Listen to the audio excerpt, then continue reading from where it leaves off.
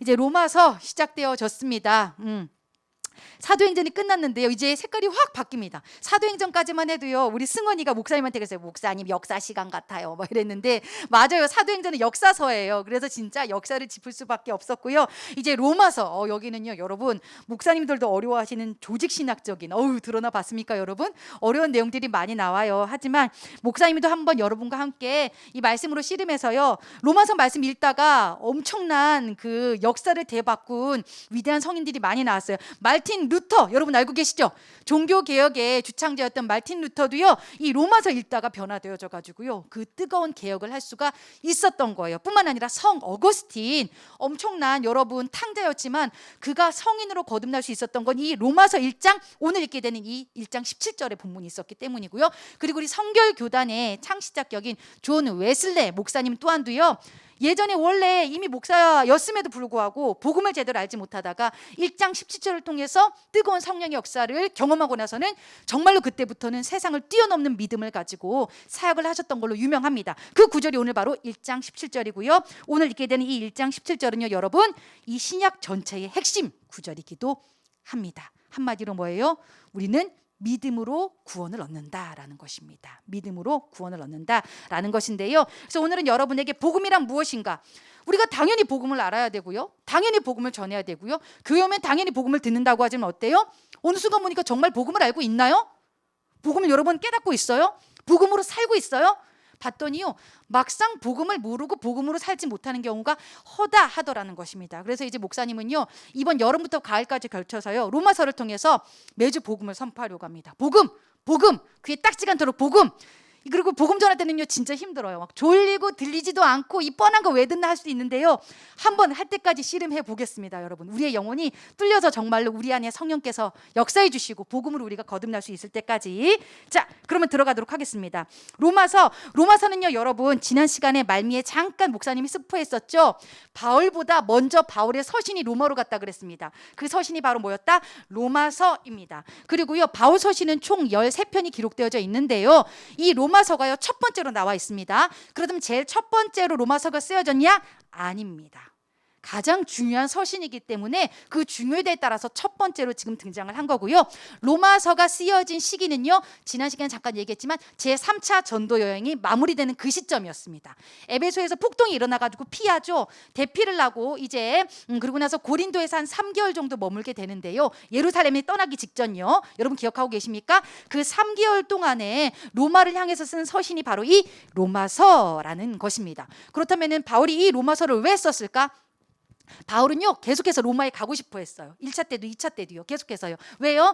로마의 당시 문화에 지중해 문화에 심장부라 그랬죠. 그렇죠? 로마로 모든 길이 통한다 했을 정도로요. 로마를 뚫으면 복음이 정말로 확장되기가 너무나도 쉬웠던 거예요. 그리고 특별히 그 당시에 땅끝이라고 불렸던 데가 서바나 즉 스페인이었습니다. 그런데 이 스페인까지 가려면은요. 로마를 뚫고 로마를 통해서 복음을 전하는 것이 너무나도 용이했던 거예요. 그렇기 때문에 땅끝까지 복음을 전하라는 그 주님의 사명을 감수하기 위해서는 로마를 거쳐야만 되는데 여러분 어때요? 로마로 바로 갔나요?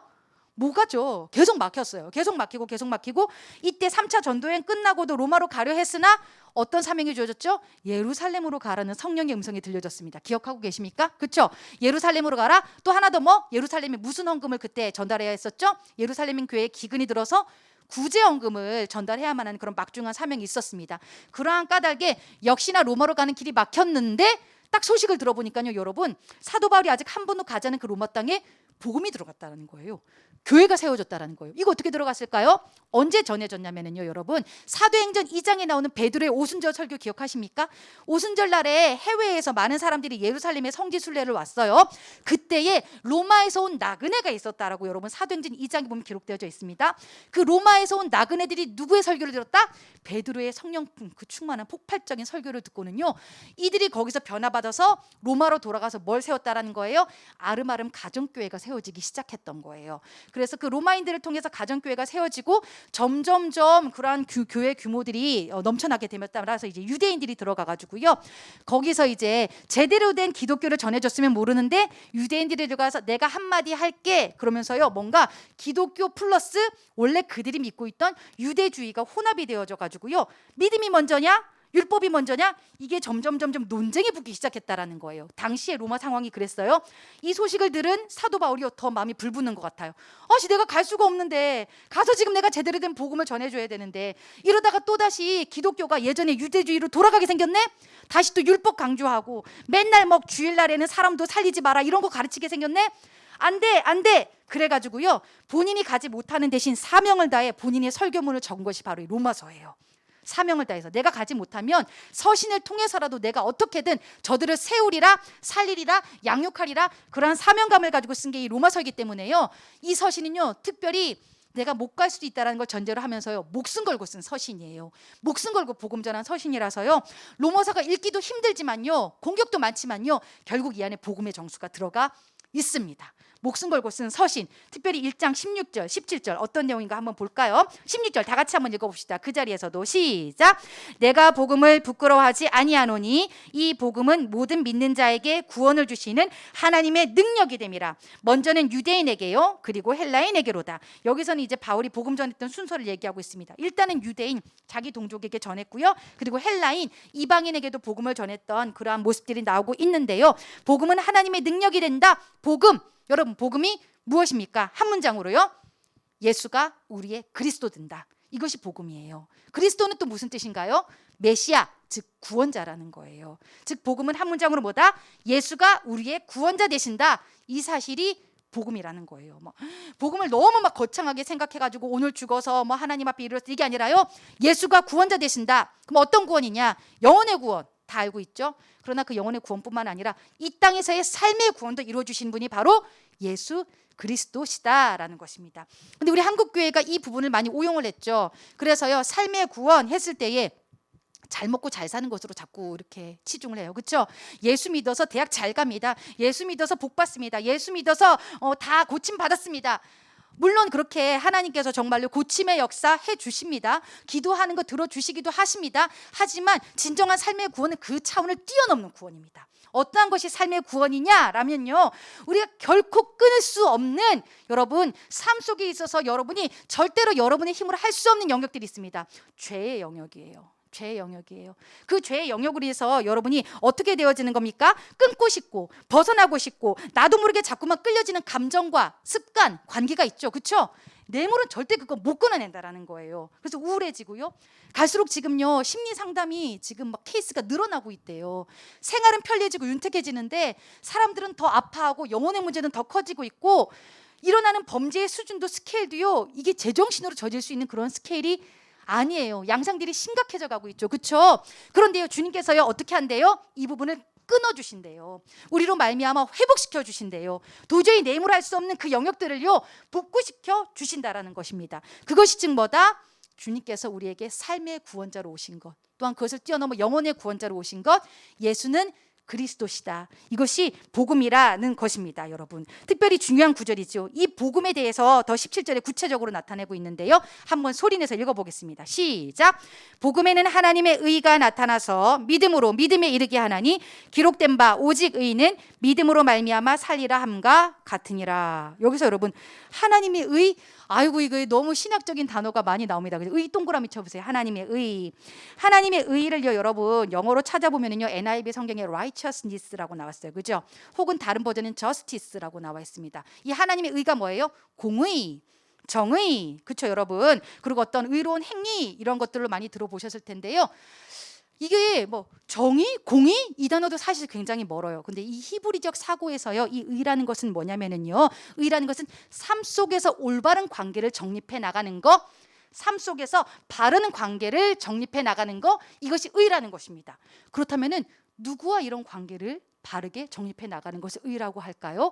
히브리 사고에서는요, 두 가지 대상을 얘기를 하고 있습니다. 성경을 통해서 얘기하고 있죠. 즉 누가 누구? 하나님과 이웃이라는 것입니다. 하나님과 이웃과 바른 관계를 맺어가는 것을 의다라고 얘기를 하고 있습니다.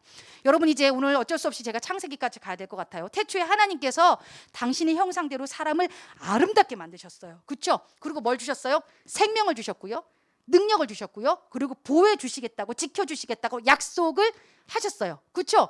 인간은 그대로 행복했어요. 그때 돈 벌러 갈 거 있나요, 여러분? 군대 가나요? 해산하나요? 출산의 수고 있나요? 없었어요. 그냥 그 당신은 너무 좋아요. 잘 먹고 잘 살고 누리기만 하면 되는 거예요. 하나님께서 우리를 그렇게 아름답고 복되게 만드셨는데 인간이 그걸 깨버렸죠. 그렇죠? 인간이 그것을 다 와락 깨버리고는요, 악한 마귀에게 속아서요, 하나님에 대한 신뢰와 순종을 저버린 것입니다. 우린 그저 하나님 믿고 순종만 하면 되는 존재였거든요. 그런데요, 어떻게 해요? 마귀에게 속아서요, 하나님을 신뢰하지도 않았을 뿐더러 불순종한 모습을 보여줍니다. 즉 하나님과의 그 생명과 능력과 보호해 주시는 그 권한을 우리가 파기해버린 거예요. 그로 인해서 우리의 이제 권한은요, 하나님의 자녀된 자리에서 어디로 옮겨갔어요? 마귀 자녀로 옮겨갔어요. 왜요? 우리가 하나님과의 계약을 깨버렸으니까.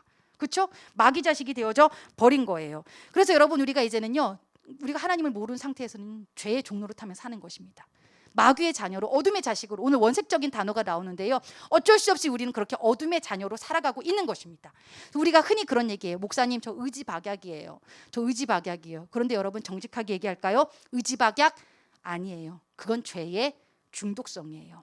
우리의 삶의 주인이 하나님이 아닌 어둠이 될 때, 여러분, 죄가 되어질 때 우리는요, 그 어둠의 영적인 그 세력에 놀아나기 때문에 계속해서 죄를 짓게 되는 거예요. 그리고 심지어 어떻게 돼요? 그 죄가 죄인지도 모르고 살게 돼요. 목사님은 요즘 세상에 이 기사 읽기가 너무나도 끔찍해요. 끔찍해요. 만 8세 된 여아가 엄마, 친모와 계부에 의해서 살해된 사건을 봤는데요. 더 놀라운 사실은요, 엄마가 자녀를 그렇게 처참하게 학대를 해서 죽였으면은 미안한 마음이 조금이라도 있어야 되는 거 아닐까요? 그렇죠?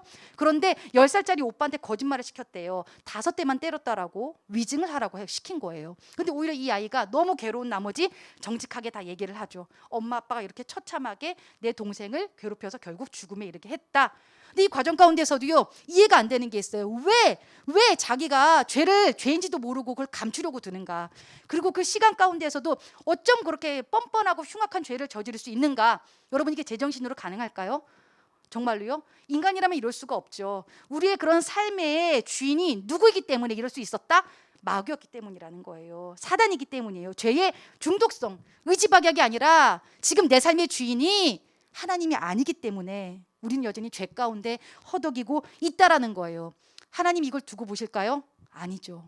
당신의 사랑하는 그 형상대로 지은 인간이 이렇게 극악무도한 말도 안 되는 죽음의 길로 가는 거를 하나님이 도저히 견딜 수가 없으셨어요. 그래서요, 인간이 그 계약을 파기했음에도 불구하고 인간을 위해서요, 하나님께서 마귀에게 그 대가를 지불합니다. 그 대가로 지불하신 존재가 바로 누구셨습니까? 예수 그리스도셨다라는 거예요. 예수 그리스도. 원래요, 구약의 제사를 보면은요, 흠없고 거룩하고 온전한 것으로 제사를 드려야만 했습니다. 그렇죠? 근데 우리 인간은 다 흠이 있잖아요. 이미 다 죄성이 마음속에 딱지딱지 붙어 있잖아요. 그렇기 때문에 죄 없는 예수 그리스도가 우리를 대신하여 그 대가를 치러 주신 거예요. 희생물로 죽어 주신 거예요. 그러한 까닭이 어때요? 우리가요, 원래는요, 계약적으로는 마귀의 자녀였으나 대가를 치렀기 때문에 다시 하나님의 자녀로 옮겨올 수가 있게 되어진 거예요. 누구로 말미암아? 예수 그리스도로 말미암아.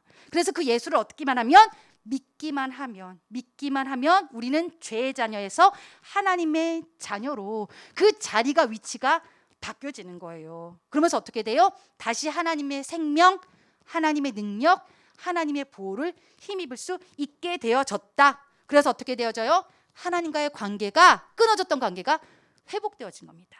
올바른 관계로 다시 이어질 수 있게 된 겁니다. 뿐만 아니라 맨날 죽이고 나만 알고 나를 위해서 희생되어야 됐던 그 이웃과의 관계도 어떻게 돼요? 주님으로 말미암아 회복되어지는 겁니다. 이 환경하고도요, 여러분, 우리가요, 이기적인 마음으로 살게 되어지면 환경을 죽이지만요, 복음으로 제대로 선 사람들은 이웃과 이 모든 환경과 화해하는 사람으로 살아가게 되어 진다라는 것입니다. 그래서 주변에 진짜 어떤 사람들이 남아요? 아리스다고나 어떤 누가도 같은 그런 내 평생의 가장 귀한 동역자들이 내 곁에 정말로 하나님께서 허락해 주시는 것, 이것이 즉 뭐예요? 의인된 삶의 특징이라는 거예요. 즉 의인은 뭐다? 하나님과 우리와의 올바른 관계를 얘기하는 것인데, 그 관계의 회복을 허락해 주신 분이 바로 누구세요, 여러분? 예수 그리스도. 결국 이 의를 한마디로 얘기하면 누굴까요? 예수 그리스도. 그 주님 까닭에 하나님과 다시 바른 관계를 맺게 되었습니다. 죄의 노예로 어둠의 종노릇하면서 살아갔던 우리가 하나님의 자녀로 다시 살아갈 수 있는 특권을 얻을 수 있게 되어졌다라는 것입니다. 또 하나의 특권을 얘기하고 있습니다. 오직 의는 믿음으로 말미암아 살리라. 그 전에요. 하나님의 의가 나타나고요. 믿음으로 믿음에 이르게 하나니. 밑줄 한번 그어볼까요? 믿음으로 믿음에 이르게 하나니. 여러분, 믿음으로 믿음에 이르게 한다. 이제 조금 어려운 신앙 용어가 아이고 이렇게 오늘 조금 많이 어렵습니다만 그래도 오늘 꼭 들어야 될 것 같아요, 여러분. 자, 믿음에서 믿음으로 이르게 한다라는 것은 뭐냐면요. 우리 믿음이 점점 쌓여져서 성장하고 성숙의 길로 나아간다라는 것입니다. 믿음이요, 진짜요, 작다 크다라는 개념이 하나님 편에서는 있을 수 있는데요. 일단 우리가 예수 그리스도를 주님으로 시인하는 순간 내 마음속에 믿음의 씨앗이 뚝 떨어지는 겁니다. 예수님을 주님, 내 삶의 주인을 바꾸겠습니다. 더 이상 세상이 내가 아닌 주님을, 예수 그리스도를 내 삶의 주인으로 모셔드리겠습니다 라고 여러분이 결단하고 고백하는 순간요, 그 믿음의 씨앗이 똑 떨어지고요, 여러분의 삶의 주인이 바뀌는 일들이 일어나는데요. 이것을요, 용어로요, 우리 성결교단이죠, 성결교단의 4대 표제가 있었죠. 중생이라고 합니다. 그 중에 첫 번째, 중생. 예수 그리스도를 주라 시인하고 내 삶의 주인이 바뀌어지는 것, 바뀌어지는 그 순간 중생이라 하고요. 로마서 용어로는요, 어렵게는 알아만 두세요. 칭의라고 합니다. 칭의, 의로워졌다. 즉 뭐예요? 하나님과 내가 바른 관계를 맺을 수 있게 되어졌다라는 것입니다. 그래서요, 그냥 믿음의 씨앗이 똑 떨어지면 어떡할까요? 그 상태로 그렇게 살면은 사라질까요? 아니에요. 여러분 마태복음에서 예전에 예수 그리스도의 그 씨 뿌리는 비유 들으셨죠? 믿음의 씨앗이 똑 떨어지면은요, 가만히 있으면은 말라 비틀어 죽거나 아니면 새가 와서 잡아먹어 버려요. 그리고 심지어는요, 사단은 어떻게 합니까?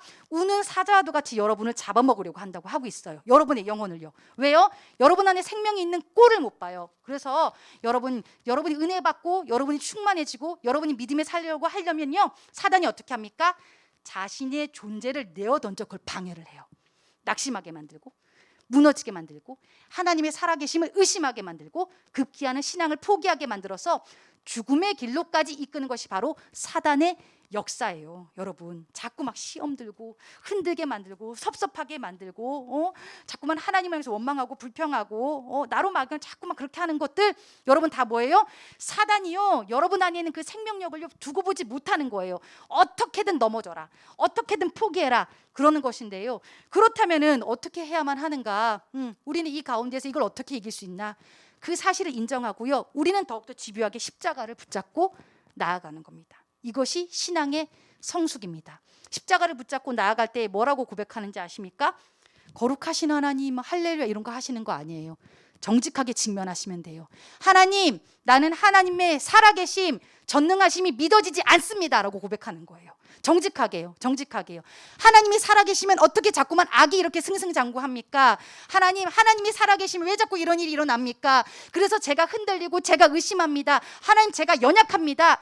이걸 고백하는 게 여러분 오히려 믿음의 성숙을 이루는 길이에요. 십자가 붙잡고 무릎 꿇는 거예요. 그리고 우리 또한 처절하게 그렇게 나아가는 거예요. 이 자리 가운데 여러분, 이 시간 잠자기 너무 좋은 시간이에요. 그렇죠? 이 시간 막 더워 죽겠는데 움직이기도 막 손 하나 까딱하기도 싫은 시간이에요. 근데 여러분 열심히 이렇게 설교 노트하면서 어떻게든 정신을 붙잡아서 이렇게 예배 가운데로 나가는 이유는 뭐예요, 여러분? 살려고 하는 거 아니에요? 그렇죠? 나의 연약한 까닭에. 그리고 또 하나, 우리는 그래요. 우리가 자격 없는데, 우리가 상태가 이런데 하나님이 과연 나를 만나 주실까요? 맞아요. 하나님은 잘난 사람 만나는 게 아니라요, 못난 사람 만나 주세요. 못났다니까 너무 막말인가요? 그런데 어때요? 내가 믿음이 없어요. 내가 연약해요. 내가 부족해요. 인정해요. 그래서 주님의 필요해로 간절히 오늘 구하며 나아가는 그 사람을 향해서 하나님의 시선이 뿅 하고 꽂힌다라는 거예요. 오늘도 여러분 나의 연약함 인정하고 계시죠? 부족함을 인정하고 계시죠? 그 과정이 여러분 믿음의 성숙을 향하여 나가는 길이에요. 거기서 끝나면 안 된다라는 거예요. 십자가 붙잡고 인정하고 주님 도와주세요로 가야 돼요. 주님, 내가 이렇게 또 넘어졌습니다. 하나님 살아계심이 도저히 여겨지지가 않습니다. 나는 오늘도 의심합니다. 나는 오늘도 불평과 원망이 나옵니다. 하나님, 제 상태가 이렇습니다. 그러니 제발 찾아와 주셔서 저 좀 만나 주세요. 믿음 좀 주세요. 믿어지게 해주세요. 그렇게 십자가 앞에 무릎 꿇고 말씀을 읽든 듣든 또 설교를 듣든 기도를 하든 여러분 처절하게 간절하게 나가는 그 과정이요, 바로 뭐다? 그 과정이 믿음의 성숙이에요. 그걸 일컬어서요, 어려운 말이지만 성결 혹은 성화라고 하는 거예요. 들어보셨죠? 그렇죠? 우리 성결교단이요, 이걸 중요하게 생각을 해요. 믿음의 씨앗에서 점점 자라서 성화하고 성결해서요, 장성한 분량에까지 이르는 것이에요. 이 장성한 분량에 이르는 모습을요, 사도 바울이 보여줬고 스데반 집사가 보여줬어요. 그 장성한 분량은 무엇이냐? 죽음을 뛰어넘는 믿음이에요. 죽음이 두렵지 않은 믿음이에요. 세상의 시선을 뛰어넘는 믿음이에요. 어때서 여러분? 여러분 복음이 떳떳합니까? 부끄럽습니까? 회사에서 당당하게 식사기도 하시는 분, 우리 친구들 학교에서 당당하게 식사기도 하고 밥 먹는 친구, 한번 손 들어볼까요? 나는 당당하게 식사기도 합니다. 짠. 당당하게 손 들어야죠. 당당하게. 지금 안쌤 손 못 드셨어요? 지금요. 네, 뭐 그게요, 여러분, 뭐 일부러 이렇게 기도하라는 거 아니에요. 그런 거 얘기하는 거 아니고요. 우리의 삶 속에서 과연 내가 복음을 어떻게 생각하는가를, 지금 우리 현지 선생님은 합장하신대요, 이렇게. 합장하시면서 기도하신다고 하셨는데, 사실 뭐 그런 행위가 중요한 건 아니지만요, 내 마음가짐 속에 혹시 내가 기독교인이라는 걸 내가 떳떳하게 말할 수 있는가? 혹은 나도 모르게 기독교인 아닌 척, 더군다나 코로나로 만약에 되게 민심이 흉흉해졌는데 아닌 척하고 나도 같이 교회를 흉보는 그런 입장이 있지는 않는가? 한번 여러분 점검해 보셨으면 좋겠어요. 근데 사도 바울은 어때요? 사람들이 뭐라 하든 말든 간에 시선의 인정이 흔들리지 않고 다 얘기하잖아요. 요즘 사람들이 다 그런 병에 걸렸어요. 미움받을 용기라는 책이 왜 나왔을까요? 미움받는 게 싫은 거예요. 그래서 싫은 소리를 못해요. 어려운 소리를 못해요. 다 좋은 사람 컴플렉스에 걸려버렸어요. 그렇죠? 근데 사도 바울은 어때요? 복음에는 하나님의 그 나타나서 이거 부끄러워하지 않아. 부끄러워할 게 아니야. 복음 얘기하면 요즘 어떻게 하니까요? 다들 이상한 사람 취급하잖아요. 다 무슨 뭐 이단인 거 취급하고요. 제대로 된 얘기하고 죄에 대해서 얘기하면 어떻게 돼요? 다들 싫다 그래요. 그만하라 그래요. 미쳤냐고 그래요. 그렇죠? 그런데 어때요? 사도 바울은 그냥 미움받을 용기를 가지고 복음을 외쳤어요. 그리고 복음적인 삶을 살았어요. 스데반도 마찬가지예요. 돌이 날아오는데도요, 예수 하고 살고 외쳤다라는 거예요, 여러분. 오늘 17절은 사실은요, 여러분, 하박국 선지자의 고백을 인용해 가지고 온 겁니다. 하박국 2장 4절이에요. 여러분 나중에 한번 꼭 읽어 보셨으면 좋겠는데요. 하박국 선지자가 어떤 상황 속에서 썼냐면은요, 바벨론이 앞에 이 이스라엘이 아주 포로기 생활, 맨날 다 뺏기고 미래가 없는 생활을 하고 있었어요. 그러니까 하박국이 선지자였음에도 불구하고 뭘 고백하냐면은요, 하나님 살아계십니다. 믿지 못하겠습니다. 왜 맨날 악이 이깁니까? 하나님이 선하시다는 거 나 모르겠습니다. 하나님 나 의심합니다. 나 하나님 싫습니다. 하나님 믿기 싫습니다. 믿는 하나님의 선지자가 그런 고백하고 있었을 때예요. 나는 정말 도저히 이해가 안 됩니다. 하나님 어쩜 이럴 수가 있습니까? 하나님 교회가 어쩜 이럽니까? 하나님 당신이 이러실 수 있습니까? 지금 이러고 있는 거예요. 그런데요, 하나님이 짜잔 하고 나타나셔서 오늘 찬양의 가사였죠. 오직 의인은 믿음으로 말미암아 살리라. 거기에 대해서 이런 방구도 안 하세요. 오직 믿음으로 상황과 형평과 사람과 그 시선과 인정에 네가 휩쓸리지 않고 이 상황 가운데서 오직 믿음으로 하나님의 시선을 쫓아 하나님을 쫓아 네가 그러한 자로 살아가기를 원한다라고 얘기를 하고 있는 것입니다. 항상 보면은요, 하나님은요, 우리가 질문하면 엉뚱한 대답들을 주세요. 그렇죠? 우리가 원하는 이쪽 가요 우린 이거 묻는데 하나님은 사랑한다 뭐 이러시죠. 그렇죠? 하나님 이거 할까요 말까요 이러고 있는데 너를 뭐 내가 보낸다 뭐 잘 부탁한다 뭐 이런 얘기는 하고 있고, 하나님 그래요. 하나님은요, 그럼에도 불구하고 어때요? 그 하나님의 말씀이 진리라는 거예요.